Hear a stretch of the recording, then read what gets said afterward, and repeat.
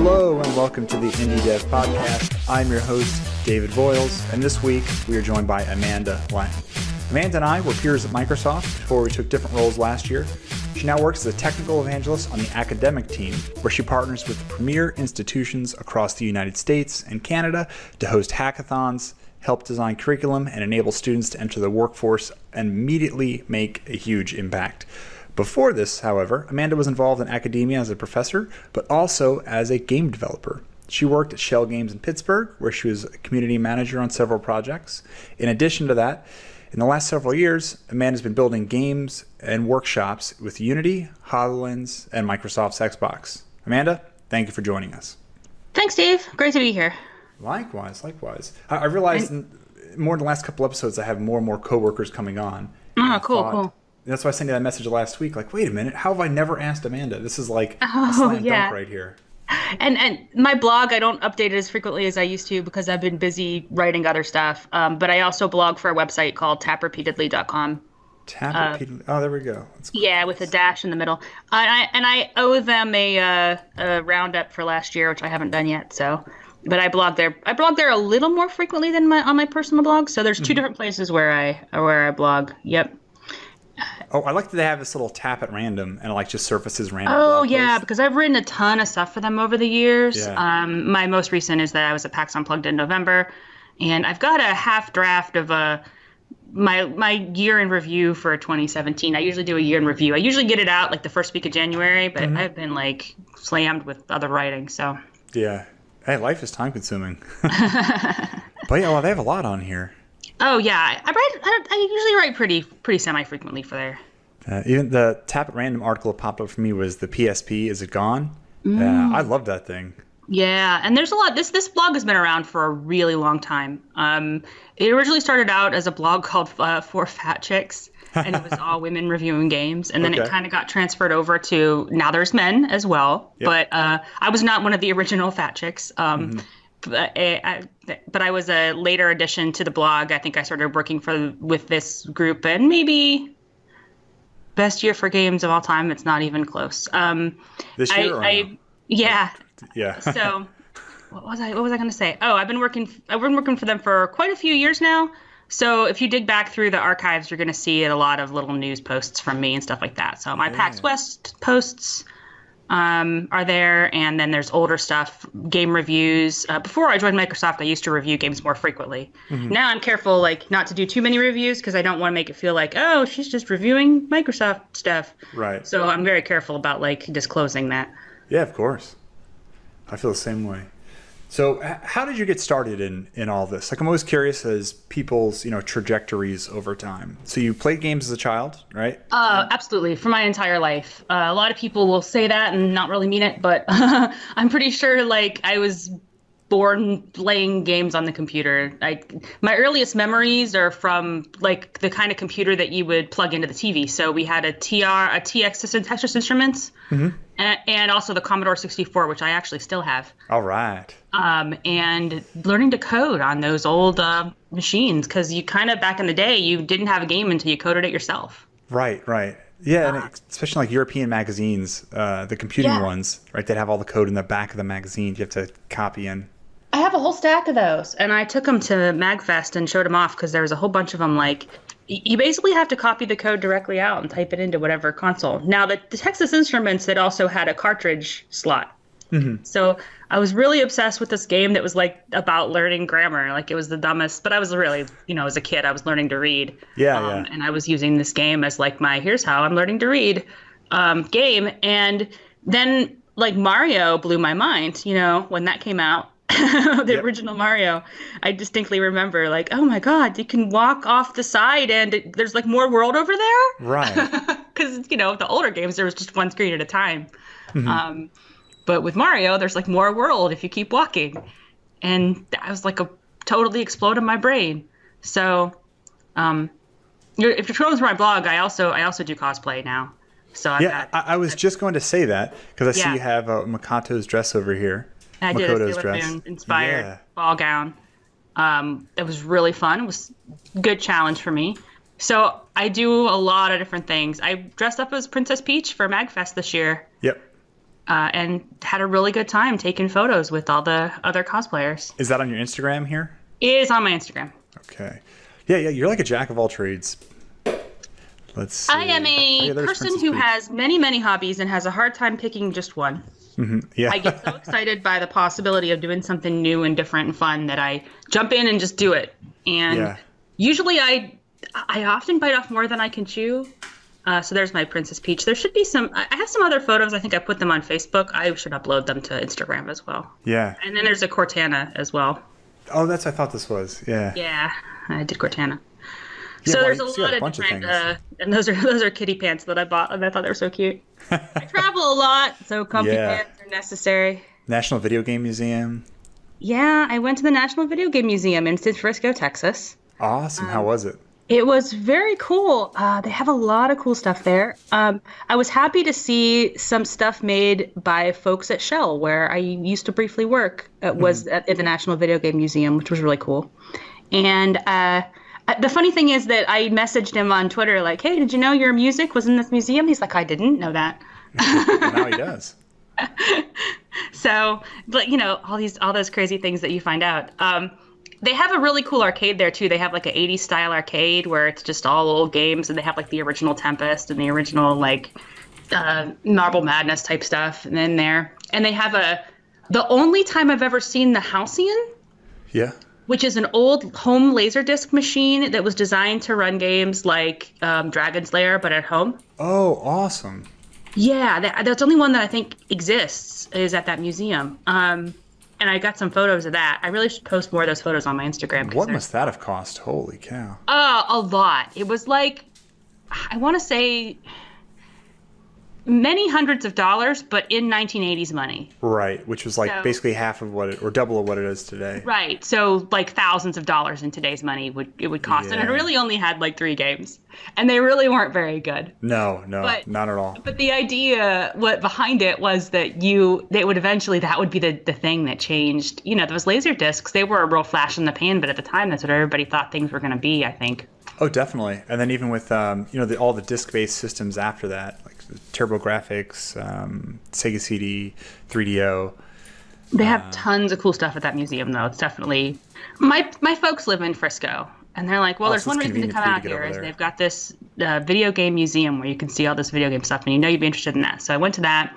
And there's also, that's where Gearbox studios. That's what I thought. I thought Randy Pitchford had contributed in some way. A lot of this, I think, is his collection that he contributed. And Gearbox is out there. So yeah, there's actually a cafe underneath their studio where you can get like video game inspired cocktails and stuff like that. So nice. Oh, wait, what I was thinking of actually was that cafe in DC. We went to that one, the pop-up anyway. So. The Mario pop-up.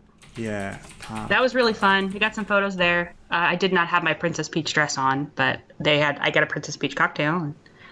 For some reason, the Game of Thrones one pops up, a type video game pop-up. I guess it was Super Mario pop-up? It was Super Mario, yeah, and it was Cherry Blossom Festival, if that helps. I think there's some photos of that on my Instagram, too, but I think it was last spring. Oh, wow. It's actually even on the Points guy. He's like the person, right, who does all like the travel and vlogs about it. Uh-huh. This is cool. So I do, like I said, I do a lot of stuff. Like I try to expand my horizons as much as possible. That's it. The Super Mario pop-up bar. You found it. Yeah, this is great. We went there, got a couple drinks. I saved my little paper Princess Peach crown from the drink that I ordered there. And you gotta imagine. I like Princess Peach a lot. I've always liked her since I was a kid. First time you can play as her in Mario 2, it was like another mind-blowing thing. Are you a Peach or Daisy person? Yeah, I'm more of a Peach person. All right.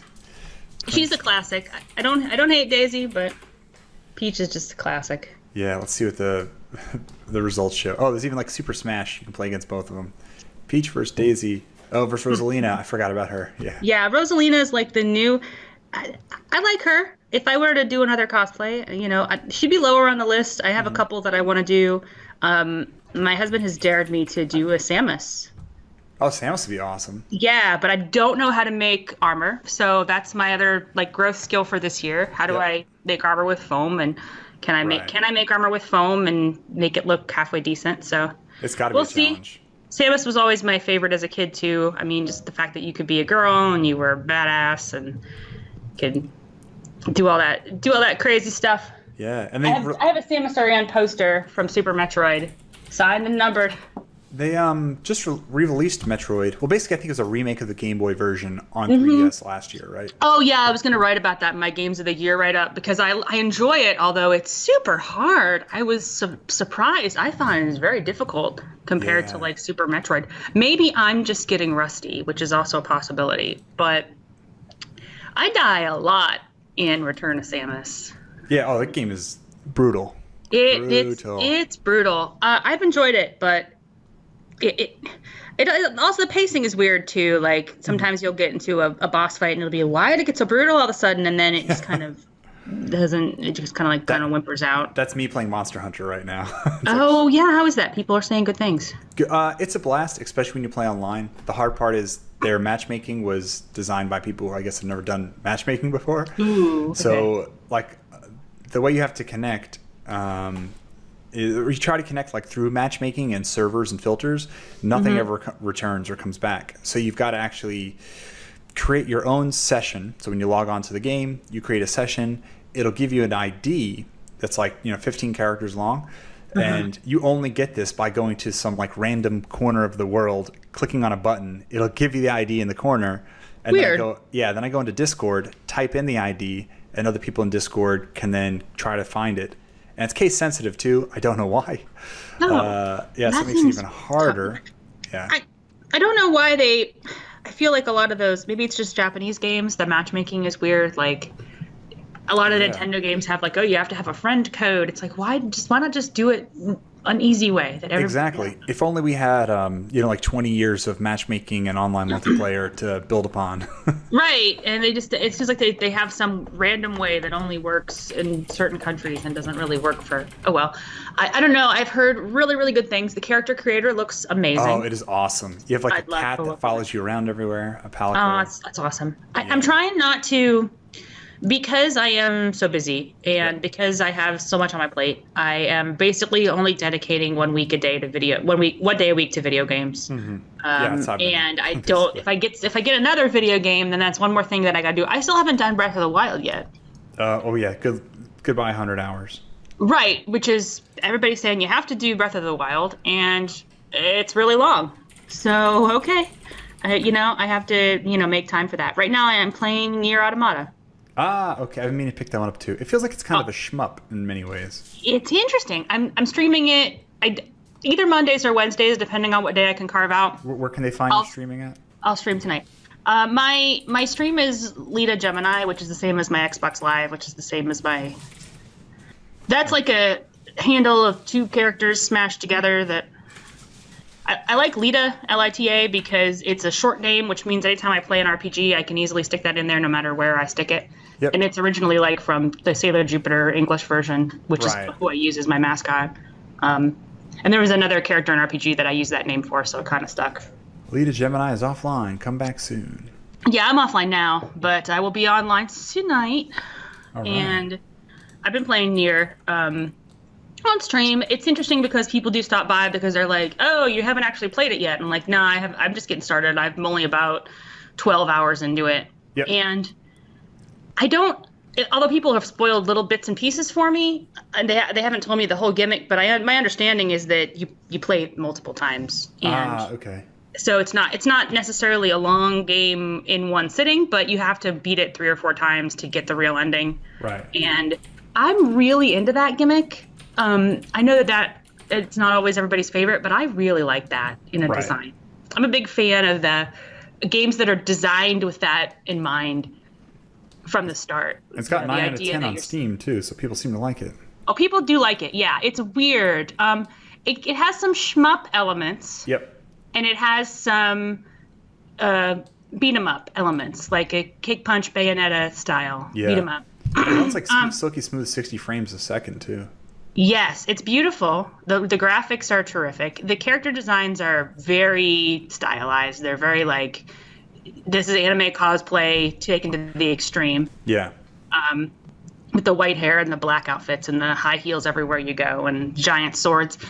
Somebody has like a giant cloud sword, the giant flat cloud sword. Mm-hmm. That's the kind of design. But it's, clearly on purpose. It's done that way. And then the cool robots that you fight are like, they have kind of a Studio Ghibli kind of feel almost. Yeah, and the soundtrack is awesome. I heard like an 8-bit version of it, and it was incredible. Yeah, and the music changes and cuts in and out depending on what you're doing. Like lyrics will drop in and out depending on how close you are to people, and a lot of interesting stuff being done with the music.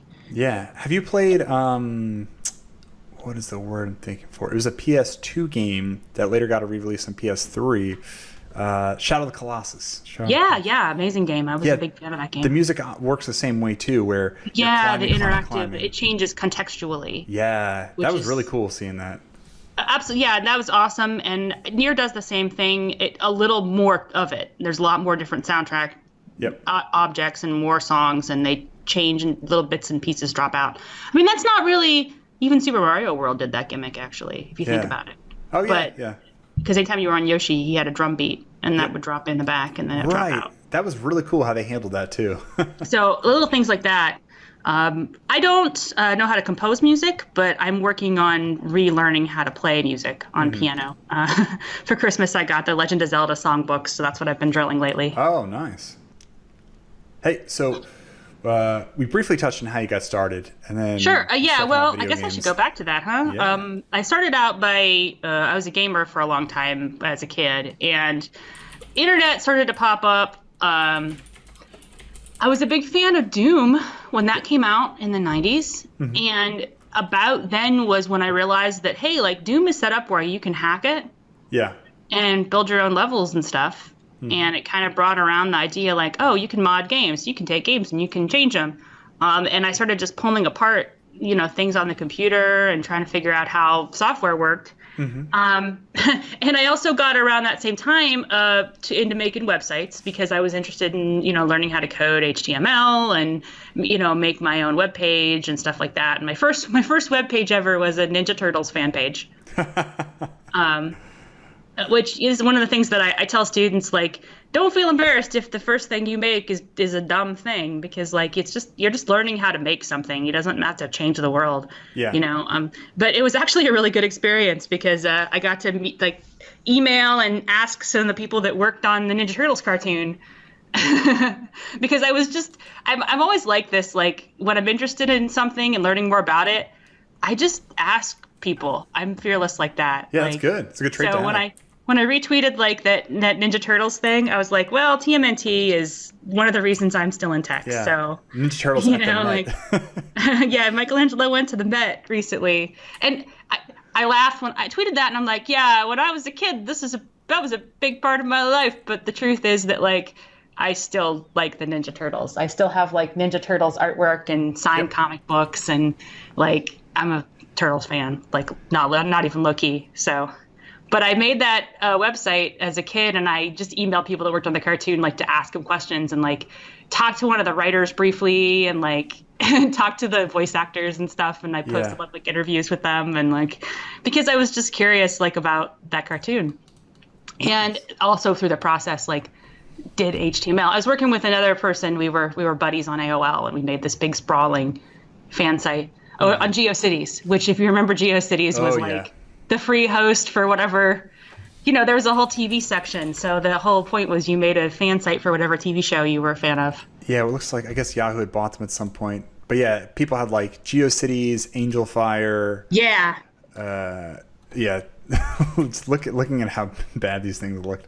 They were so terrible, but I made like, I drew my own like backgrounds in 16 colors, and like I honestly don't think it was the ugliest website ever in the world, but it was pretty amateurish. I was a young teenager, and I made that. And then, I mean, that's what they all looked like back then, right? They all looked pretty clunky. They were just that was like just the old web. The kludgiest looking websites ever. No. And I decided that I wanted to go to school for computer art because I was interested in the intersection of computers and animation. I was interested in Final Fantasy.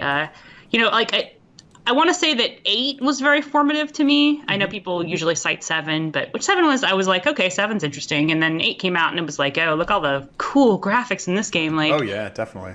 Yeah, like the feathers and the water and all the crazy stuff that totally blew me away. Yep. And we were working on graphics that would try to mimic that style of like very beautiful kind of fantasy stuff. And I worked on a lot of animations in college. I went to Bowling Green State. Yep. Where I learned Maya was my first software for animation. And then I went to Michigan State after that. Yep. And learned 3D Studio Max. And 3D Studio Max was the one I kind of stuck with because I find the polygon flow to be easier from a game development perspective, although I can use either of the softwares. Yeah. I just kind of stuck to Studio Max. And because I was at that point pretty well versed in 3D, now that I'm at Microsoft and we're doing stuff with Unity 3D, that's an easy transition over to learning how to code in Unity 3D and taking your stuff from Studio Max and dropping it into there. So a lot of people use Blender. I have a hard time with it because the interface is so different from what I'm used to with the Autodesk programs. Yeah, I started with Max and then I went to Maya, and I think I still preferred Max for most things, only because that was what I started with. Yeah, and I've done both, and people are like, which one is better? I feel like it's just personal preference, honestly. Definitely. It doesn't matter really whichever one you stick to.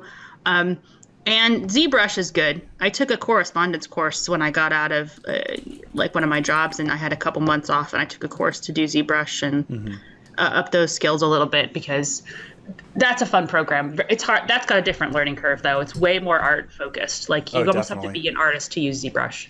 Yep.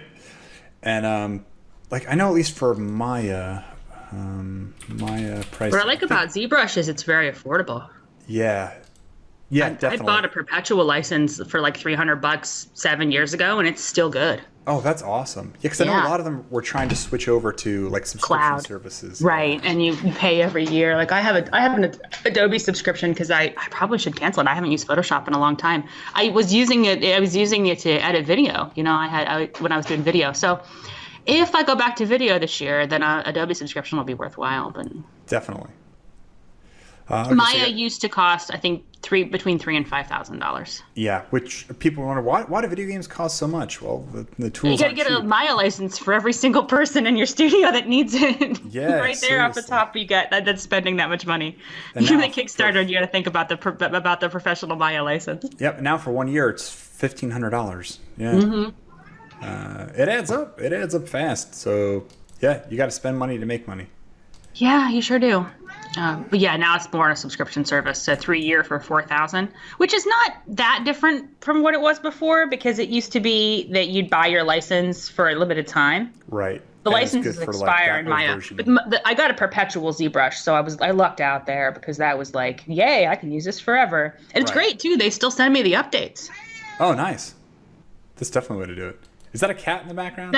Did you just hear my cat? She's That's cool. Begging for attention now. Wow, play with me. She wants attention. I'm trying to soothe her so she won't make so much noise. Aw. No, it's good. Cats are definitely welcome here. Oh, I love her. She's a silly kitty. I wish I still had a cat. She always gets in my face when I'm streaming, but only like near the end. She gets like bored around midnight and wants to play. Yeah, oh yeah. You know how they are. They're nocturnal. Oh yeah, so she's thinking like, oh, this is playtime, and you're thinking, it's playtime now. It's midnight. Let's do something. I'm like, no, I'm finishing up. All right, so you started at 2 universities. I went to Michigan State for my master's degree, and that was really a cool experience because I did my degree's in digital media. So one of the things I tell students is that, hey, like I have an art degree, and I have my master's degree is a Master of Arts, not an MS. So like my undergrad's a BFA. Yeah. So if you are interested in computers and you don't have a computer science degree, that's fine. Yep, right, exactly. Learn the skills that you're interested in and learn the code. A lot of the code that I learned, honestly, I taught myself. Like, I was interested in JavaScript, so I literally, like, one summer just went to Barnes & Noble and bought, like, a couple of, like, learn JavaScript in 90 days and just, like, drilled that over summer break. That's a funny story, but it was a good bet because people still code JavaScript. Right. Yeah. Whereas seriously. I also learned ActionScript, and now nobody does that. Right. It's gone the way of the dinosaur. Right. So you don't ever know what you're going to make a bet, and you're going to make a bad bet. You're going to make a good bet. You don't ever really know. I mean, I'm still writing JavaScript, but I'm not write an action script anymore. You never know. Oh, But yeah. a lot of that stuff was stuff I taught myself. Now, I learned the action script when I was at MSU because I took a couple Flash classes. And we made a Flash game, which was fun.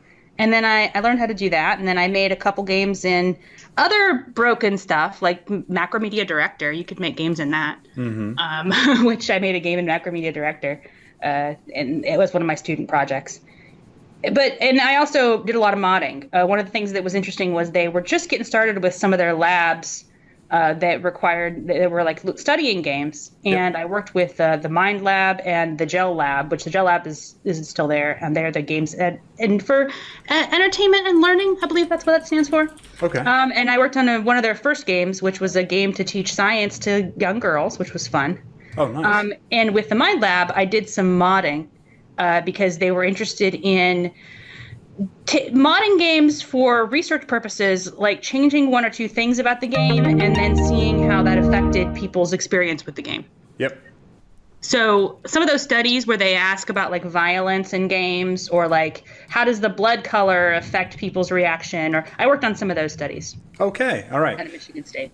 So you're still like going deeply in terms of academics and research. Yeah, and in fact, even just recently, I did a couple of studies with West Virginia University. Yep. Where I was modding Grand Theft Auto for them. Oh, awesome. Because they wanted to use Grand Theft Auto as their test bed. So we used Grand Theft Auto and I modded it for some different research conditions. And you see that Grand Theft Auto 5 is like still on fire. That game is absolutely, huge. yeah. And in fact, this was a couple years ago. I modded San Andreas because it's an easy one to mod. Yeah. And also, I happen to think it's still the best GTA, but I'm kind of old school like that. Definitely a rich world. 5's decent though. I hated 4. Sorry. Yeah. See, like I played a bunch of 4. 5 I got maybe 3/4 of the way through on 360, and this is like right before Xbox One launched. Oh, yeah. And then looking back, I should have waited for Steam or Xbox One. But like, I mean, on Steam, the game is, it says release date 2015, but on consoles it came out 2 years earlier. So this is like a 5-year-old game is still going for $60 on Steam. It's crazy. Which is like unheard of. We'll still buy it, of course. I mean, think of how many times have you bought Skyrim? I mean, I know I bought it twice. Yeah. And like the biggest game on the Switch right now is like, basically, or not, Switch also, but for PlayStation VR is Skyrim. Right? People still want to play Skyrim after all this time. Yeah. Wow, GTA added so much. This is crazy. There's a lot left in GTA 5. It's just a huge, huge game. There's like Doomsday Heist and online and tanks and like I don't even know what's and going like on. I don't have a lot of time for huge games anymore. My tendency now is to pick up like 4 or 5 short indies. Yep. And Nier is kind of the first long game that I've played in a while. I usually grab short indies. I was doing a roulette stream for a little while where it's like, boy, I have a lot of games in my Steam backlog. Like, what do I feel like playing? I'm just going to grab something at random. Oh, definitely. And play it. So that way I got a little taste of all the stuff that I'd bought over the last 5 years. Right. Yeah, I'm kind of in the same boat. Yeah, so I guess that's my academic career. And then I went into teaching for a little while. Yep. I was a teacher at a school called the International Academy of Design and Technology. I believe the name has been changed since then. But I worked there for maybe 4 years, teaching level design, game design 101, texturing and modeling and lighting, and some rigging and animation as well, because those were all things that I studied in school. And after that, we moved out to Pennsylvania because that was in Detroit. My husband got a job out here in PA. So out in Pennsylvania, I was just doing a couple small jobs. I did a short contract with Schell Games. It wasn't a super long time there, but it was really valuable because that was the first time like working at a mid-sized game studio. There are about 100 people. Yeah. At that studio. So it's the largest game studio in Pennsylvania, at least. Yep. And they do some interesting work. They were working on a educational title. I know, something Treehouse. Yeah, well, Puzzle Clubhouse that was it. The predecessor to the project that I worked on, which became GameSprout. Okay. And GameSprout was a project that we ended up canceling, which is why I only worked there a short time. Yeah. But what you're seeing on screen there is I Expect You to Die, which is their VR Oculus Rift game. It's kind of like a James Bond-ish That is an amazing game. Yes, it is. Super cool. They were just prototyping that like I visited the studio and they had a really basic prototype of like just boxes, and they're like, "This is our secret project." I'm like, "Okay, cool," but I worked on the GameSprout project, which was it was a website teaching people how to make games, because we were interested in the process of like, how do you onboard people into this creation process, and basically just giving education to people of people will reach out to you and say, "Hey, I have a really great idea for a video game," and it's like, that's great, but how do you can't just walk up to a game studio and say, "I have a really great idea for a video game." Like, it doesn't work that way. Like, you have to know something about it. So the concept behind it was kind of that they would crowdsource both game concepts and game developers and kind of matchmake people with a team to make their vision. Yeah. And that Schell Games would help with that process. Definitely. The challenge behind it, which I think we ended up with, is the fact that it's very hard to figure out how you would monetize that business model in an efficient way. It just felt kind of more like a charity, I guess. It was a great idea, and I'm proud of the work we did there. At the same time, like, what ended up coming out of that was the fact that, hey, everybody at the studio has really good game ideas too. Absolutely. Why don't we just make more of those? So that's where you see projects like Orion Trail and stuff that kind of morphed out of ideas that were pitched during that process time. Yeah, a lot of One of the things they do at Schell is they do like a week-long game jam thing where they'll take a break from whatever they're working on and jam on something. Yeah, it keeps people fresh, I suppose, and learning new skills. So one of the things that they did was one of the jams that I was around for, and some of the games that they have released since then were pitched during that. Mm-hmm. Yeah, and they're very involved in education. Also, I believe Jesse is a professor at Carnegie Mellon, right? Yes, yes. Yep, which is one of the premier computer science institutions in the world.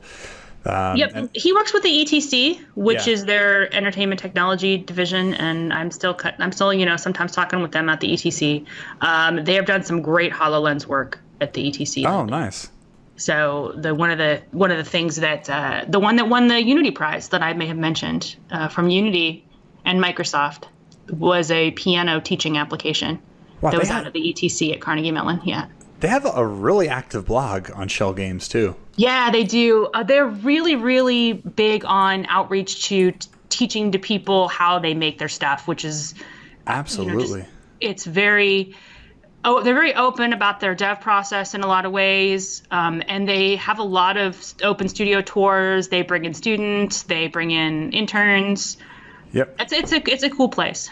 And they've got a bunch of different roles in all kinds of areas. Right? They have 3D animators, art director, general submission, interns, engineering, game engineering, senior graphics. This is cool. Yeah, if you're in Pennsylvania, and that's the big game studio. Now, out in Philly, it's all indies. Now, there's lots of indies in Philly. Definitely, yep. They're all great folks.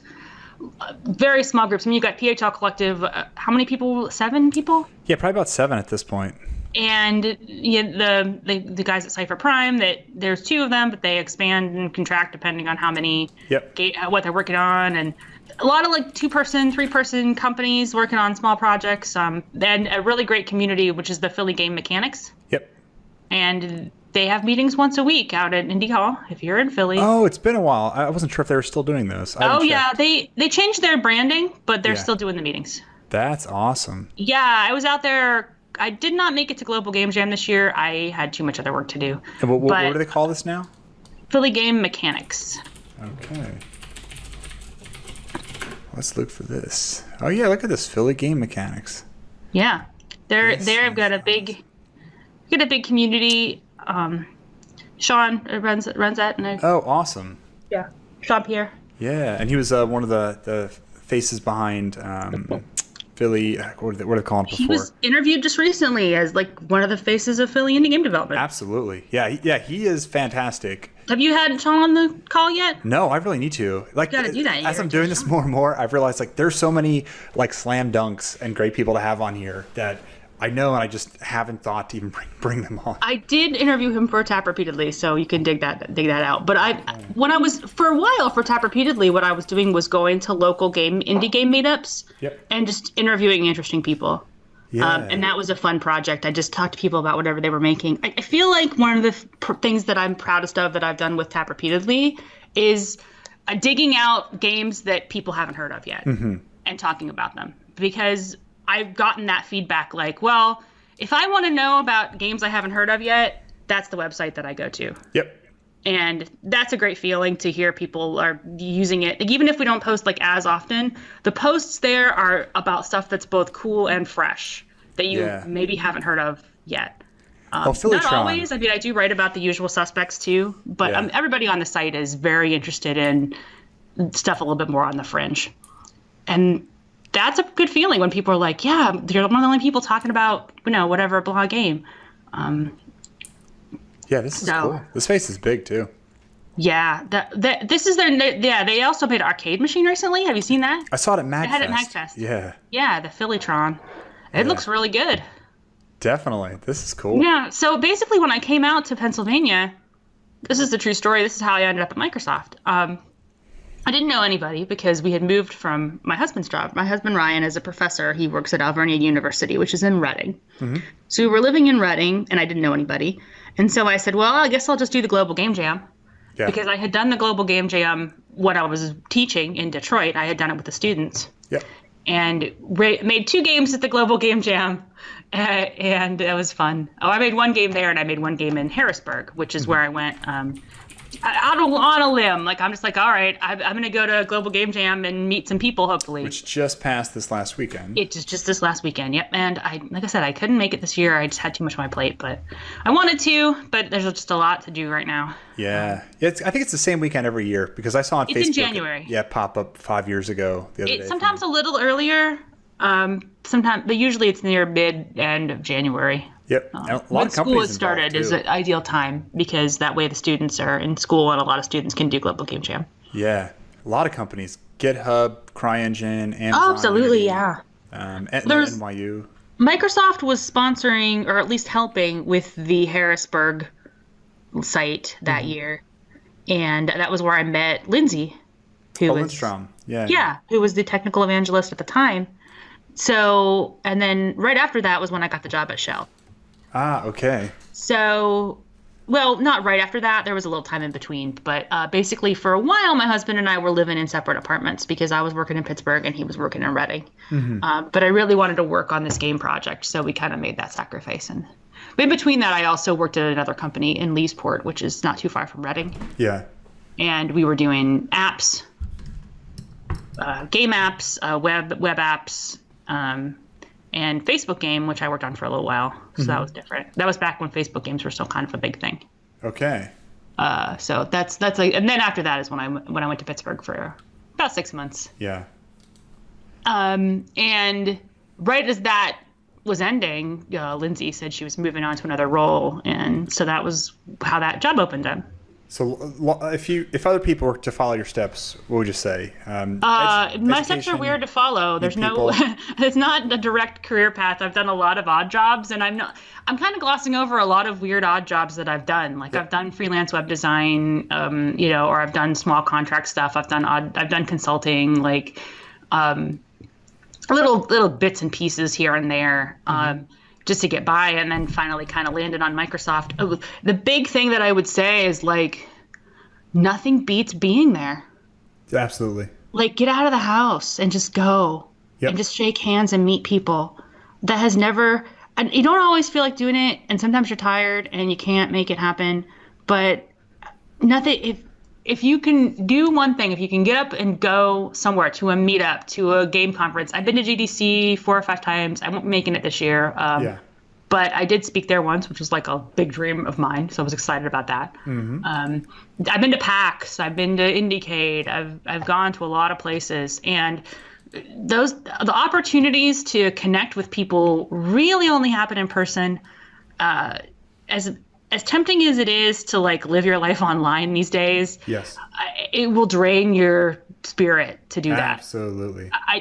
With the way things are, especially for a lady, I'll talk about this briefly. Like, when you are a woman online working in games, the message that you get is that it's bad and scary and dark and you shouldn't do it. And I have not had that experience in reality. I have had a terrific experience in reality. And I want more people to know that, but it's very hard to spread that message. Yeah. It's very hard to say, you know what, there's a lot of stress, there's a lot of late nights, you work very hard, you'll travel, and people won't always necessarily be encouraging of you, but for the most part, like, working in tech has been awesome. I've met cool people. Mm-hmm. I've done cool projects. I still get to do cool projects. I get to see cool things. I get to go new places. I got to go to Sweden. And for the most part, like, working in tech, working in games as a lady, been fun, been fine, been great. Yeah. And it's very hard to get the word out about that because I don't think people want that. I think that's an interesting message. Mm-hmm. Like, people are like, what about all the bad things? That's more salacious. Right. I'm like, yeah, well, no. That's an easier story to sell and tell, too. I guess it is. And it's like, I'm tired of talking about pain. Like, I want to talk about all the beautiful things that are happening. Yeah. I don't know. So that's what I would, and that's what I've said on stage. That's what I've said in podcasts. That's what I've said on Twitter. Like, please elevate people's work if you can find the time. Right. One of the things I really wanted to do with that interview series, for example, was just find people in the world and be like, hey, what are you working on? Tell me about it. That is exactly my goal with this. That's what you're doing with this podcast. Exactly. Yeah. And the one thing that I would encourage, anybody, but especially women, to do is, like, don't be afraid to try it, because we're not going to affect the positive change unless there are people in the industry to do that. Right, exactly. Like, if you're scared off, then we can't change things. If you're scared off, like, we can't improve things and make things better if you're scared off, you can't make the thing you want to make. Yeah. And I guess that was, like, part of my goal for all this a while ago was, there are plenty of people who cover the bad news and the bad things. And I'm very aware that there's a lot of it going on. But there was so little of people sharing their stories. And you and I both had weird paths in getting involved in games and tech. So I figured there's got to be other people who had these same experiences.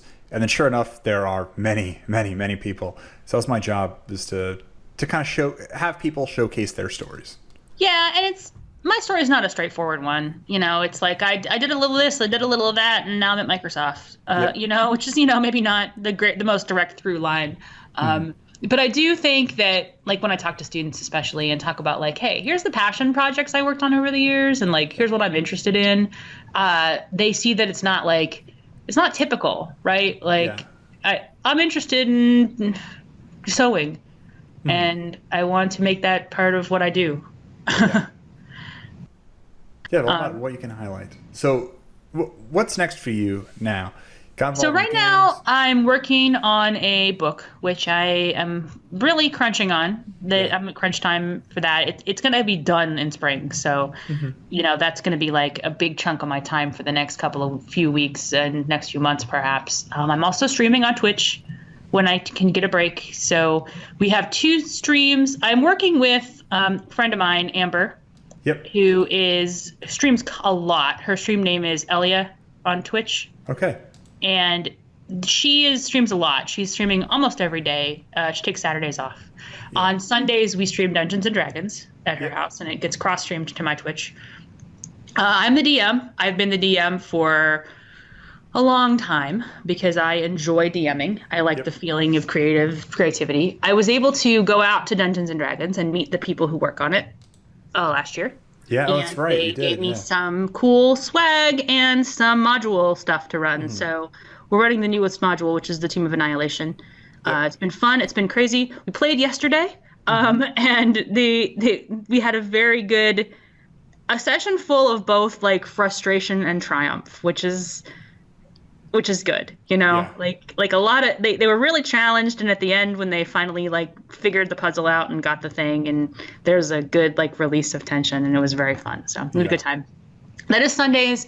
When I'm not available, they still stream. So, and then once a week at home, I usually will stream a video game. Right now I'm working on Nier.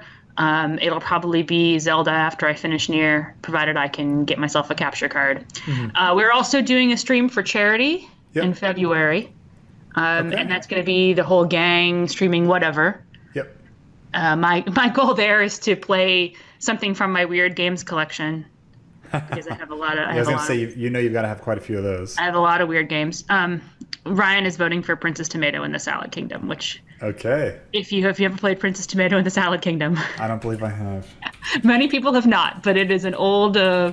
I would call it almost a visual novel, kind of a point-and-click adventure game for the NES. Yep. Made by Hudson Sunsoft. Yeah. And it's dumb. It's super dumb. And I used to be really into adventure games. I played all the King's Quest. I played all the Leisure Suit Larrys. Yeah, it really is like a point-and-click adventure. Yeah, it's a Nintendo NES point-and-click adventure type of game. It's silly. That's the best I can say. They made a lot of it's you would call it a bad game. I think I bought it for like $10 in the bargain bin in like 1991. Yeah. But now like the actual cart is worth hundreds of dollars because who the heck bought Princess Tomato in the Salad Kingdom? Yes, seriously. I did. I don't know. So, all the stupid games are the ones that are worth a ton of money now. Yeah, no, that's the truth. Does it say 1991 on there? Did I get that number exactly right? Yeah, you did. Yeah, I'm stupidly good at that. First like computer in '84. like my husband asked me yesterday, like, when did Duke Nukem Forever to come out? And I'm like, I want to say 2012, and he's like 2011. Like, you were really close. I'm like, I don't know. I just remember. I'm telling you, it's like it's a skill remembering those kinds of dates. if I'm ever on a trivia and they're like, what year did blah video game come out? Was that Nick Arcade thing at MagFest? Yeah. I asked that question, I'd be like, I get every day. Actually, so I will tell the public now, we did an escape room like a year ago in Miami, and you absolutely owned it for our team. Owned it. Like, you tore through that entire thing so fast. Me and Ian Philpott were the escape room. You know why I'm so good at escape rooms is because I played Zero Escape, which is that video game series, the escape room video game series. Yep. And all the puzzles in escape rooms are basically that. And I'm really, I was a big adventure game fan as a kid. Yep. And I've played so many of the classic adventure games. Yeah. So the kind of puzzles that you see in adventure games are the kind of puzzles you see in escape rooms, which is why like I tear through them super fast. Yeah. Because like I'm so used to that style of puzzle solving. Zero Escape is awesome, by the way, if you haven't played those. I'm sure that I wrote about them at some point, but... Yeah, watching the trailer now. It seems cool. Huge fan of those. They're on Steam in a collection. Mm-hmm. And I think that they made some UI improvements to the first one, because the first one's a little clunky. The second one is, like, perfect. And then the third one is a little clunky, too. So, like... It's kind of a Mass Effect thing where, like, the first one's clunky, the second one's perfect, the third one has some issues because they kind of overscoped it. Okay. Yeah, it kind of went crazy. It's the video game trilogy problem. It's like, the video game trilogy is the second one's always the best one because they've, like, worked out all the kinks. Yeah. And then for the third one, they're just like, let's just throw everything at it. I guess the only exception is, like, BioShock, where the first one is probably the best. Oh, I played through that one so many times because it's so immersive, beautiful. The world, Andrew Ryan, like the whole thing just came together at the right time. Yeah, like that one is really good, but like it still has the problem where like we made Infinite and we just overscoped the crap out of it. Yep. Yeah. Every time they make a video game trilogy, it's like don't overscope your third thing, and they always do. In the case of Mass Effect 3 and 4. Mass Effect is the same way, and Zero Escape is the same way too. Like the third one, they kind of reached a little further than they could grasp on the third one, I felt, but the second one is like. Perfect. It's one of those things where you think like over time series are going to improve. Like Resident Evil 1, fantastic. 2, in most cases better. 3, people I think really enjoyed. And then you came out with like, not 5, 6. 6 was like, wait, what happened here? They realized, whoa, we went in the wrong direction. And then came back for 7 last year, which like... It's like they stapled different parts of different B movies together. Yes, that's exactly what happened. Yes. And then at the end you're like, so what did I just play? I haven't actually... bought 7, but I watched the speed run of it from Awesome Games Done Quick, and they're going to play it on the charity stream, I think, so I'm going to see it again. I'll tell you, it is, don't play that game at night. Scary, right? Oh my goodness. I was a big fan of Silent Hill. Okay. Oh yeah, if you like Silent Hill, like, this game is intense. Silent Hill, the third one, is my favorite. Yeah. Although I think a lot of people say the second one is also the best. I like the second one. That's what I've been looking into. I really like the third one because the character's a girl, and I just kind of liked that better. Yeah. That's just a personal thing with me. I get to see the movie though. It's on Netflix someday. The second movie is the third game. Oh, is it? The second movie is the third game. Okay. Except, I mean, not as good, obviously, but pretty close. Like, I was actually surprised by some of the stuff that was exactly the same, which was kind of interesting to me as a fan of the third game. Yeah. Is it a good movie? No, probably not. I mean, but it's a good game. Yeah. Sometimes what makes a good game doesn't make a good movie. It's got Sean Bean, so how bad could it be? Yeah, I mean, I kind of liked it as a fan of the game that it's very derivative from. Like, the first movie isn't really the first game very, very much. Yep. Because they got rid of Harry, which right there is like, I don't know. It's a little weird, right? So they had like a weird Vita version, which was like a top-down shooter kind of thing. I don't know, isometric. Yeah, I haven't played that. I don't think that had much to do with the Silent Hill that I remember growing up with. I saw like a retrospective of it recently, and they were like, yeah, we don't know what we were doing. It was a bad idea. As you can tell, I've played a lot of video games. Yeah, no, this is good. Hey, so and I want to develop a game this year. That's my other thing. There's two things that I want to do after I finish what I'm working on now, which is I want to do some video reviews. Yep. I have not really done any serious video reviews. I'm a big fan of the style Electron Dance, who is a friend of Tap Repeatedly. His blog is Electron Dance. Joel. He does really good videos. They're really thick, like dense deconstruction type stuff. There's a couple other people that do that. There's Errant Signal. There's other folks that do that. I would like to try to make some videos in that style and sort of review games, not necessarily like in a consumer review kind of way, but in like I'm going to dig deeper into this game. He has a video about The Witness that's very cool if you watch that at some point. He actually really digs into it. Some of the gameplay stuff is just gameplay stuff, but the videos that he does that are like deconstructions are very good. I like this kind of stuff. 28 minutes. And I'd like to do that kind of thing a little. I really want to make videos about games that are interesting to me, which isn't necessarily the thing that everybody's making videos about. Ryan says I need to do Duke Nukem Forever. Yeah. Because, I have a lot of feelings about Duke Nukem Forever. And it's a really interesting game. Oh, yeah, watch this video. It's called The Unbearable Now. It's really good. It'll spoil The Witness for you. I had no desire to play it anyway. But, yeah, if you don't care about that, like, it just really breaks it down. It's just really cool. And I'd also like to start making an indie game of my own. Bioshock Infinite is the worst game of the year, also from him. Oh, yes, Bioshock Infinite is the worst game of the year. Hilarious. Yeah, definitely bit off more than it could chew. Watch his Bioshock Infinite. It's really good. I want to review games and I want to make something. I have a lot of indie game ideas. My plan was to start doing concept art and just kind of tweet it out. And be like, okay, which of these games looks compelling? Like, I have a lot of different ideas. Anything that I make, I'll have to learn some new skills. Yep. The style of game that I would probably make is like RPG light, like Secret of Mana style, or like a Legend of Zelda top-down style. Like, not necessarily heavy RPGs with a lot of leveling and stuff, but kind of a light RPG. Yeah. But I'm also interested in platforming, like Metroidvania style. I know those are very popular right now in indies, but they're cool. So you got some options, some ideas in the hopper. And I'm interested in interactive fiction as well. I've done a couple IFs, and there's this whole new thing now where people are making interactive fiction on Alexa. Oh, wow, really? Yeah. That's a clever idea. So you're just talking I didn't know about until I went to PAX Dev, and they said, hey, you should check out like the audio-only gaming. I'm like, oh, wow, that's cool. So I know that Champierre, I mentioned him earlier, made an Alexa game for Global Game Jam this weekend. I'm curious to know how that turned out. I finally got my Alexa set up after all this time.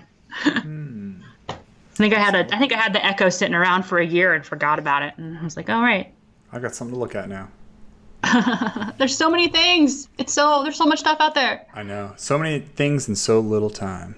Right? And I have to narrow down what project I want to work on next. So. Yep. Speaking of which, I got to start wrapping this up. But this has been terrific. Thank you for having me today. It's been a blast, too. I love hearing this kind of stuff. Just link my Twitter, and people want to find out more about like what game art or whatever I'm going to post on there when I get the time. It'll probably be around spring, summer. And what is your Twitter? So for those who didn't go to the blog, just same as my website. It is Second _truth on yeah, Twitter. and I'm probably gonna change that to something easier soon. But when I first got Twitter, I just thought I'll just take the same thing as my website, and I've had that website since I was a teenager, basically. Yeah. So I have really good SEO on it. So Yeah, hard to go back.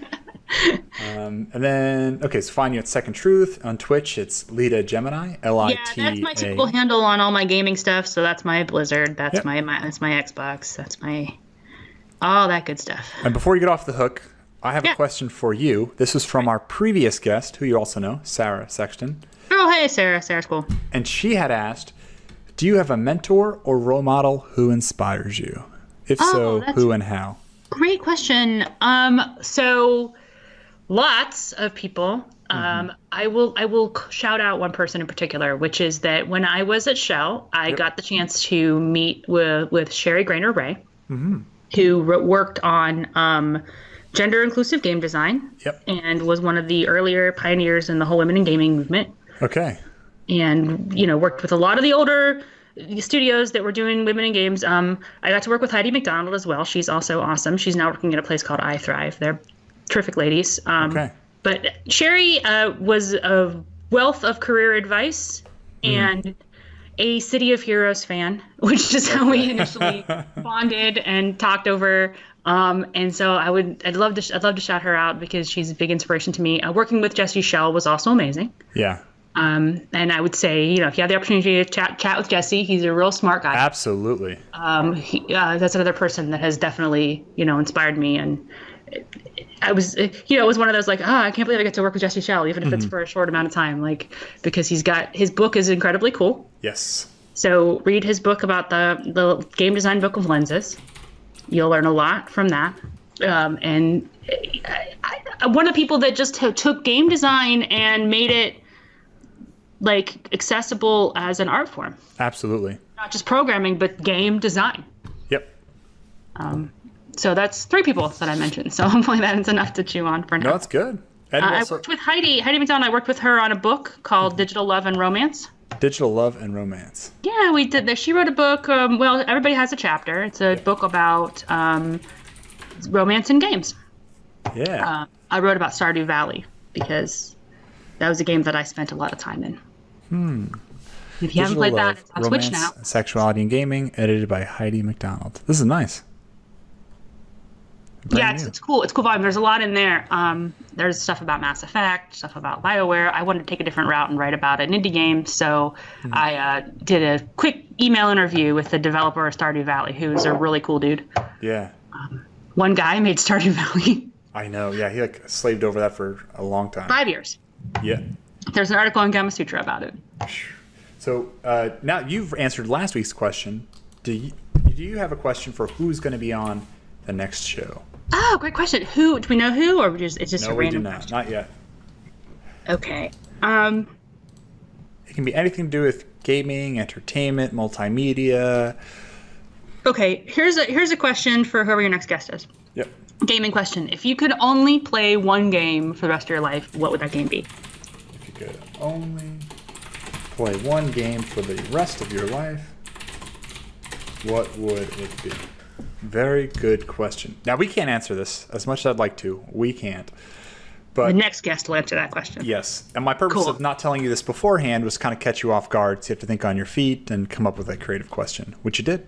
Well, hopefully that'll be a creative question for your next guest. Just worked out perfect. Well, Amanda, thank you very, very much for joining us. And I'd love to have you on again in the near future after you got some more projects out the door. Oh, wonderful. I'd love to be able to discuss what I end up making next. Perfect.